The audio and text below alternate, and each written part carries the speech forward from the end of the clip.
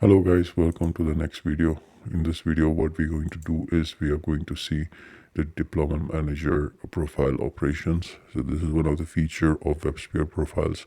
So this is much mandatory for you to understand the deployment manager operation. So first is the start deployment manager. So the moment you create the deployment manager, the first thing you're going to do is like start the manager using start manager or research. So basically that's the command to start the manager. The moment you start the manager, there will be two components which gets created. One is the DMGR console component, which is basically creates two port numbers over here, which is the admin host and admin host secure. It's called WC underscore admin host, WC underscore admin host secure. This is the way the human can access the DMGR console. He or she needs to access to get this port number from the server index.xml under the node level of the DMGR console, and it's under the profile home.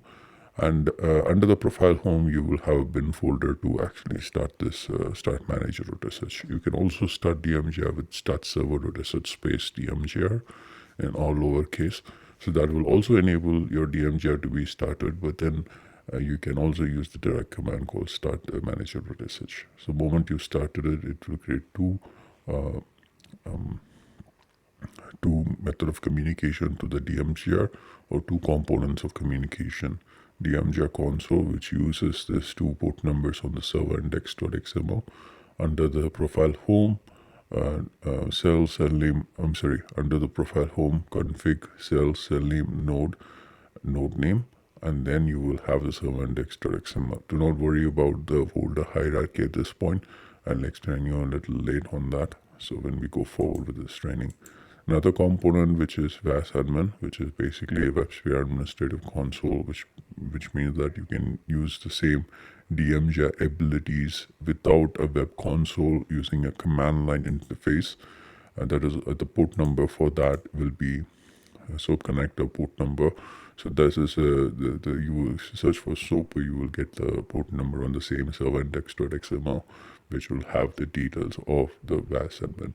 Now remember, the SOAP port number is used for two reasons. One is to federate, that is make a slave part of the master.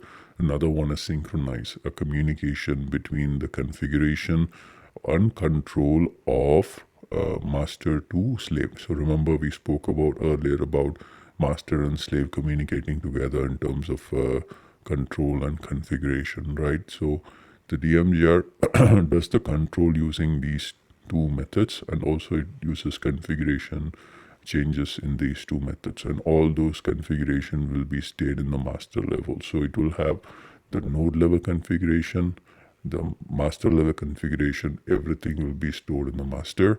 If you, for example, you have three nodes attached to the master, all the three nodes configuration will be in the DMGR level only. Okay, so remember that concept, and go ahead with the next video.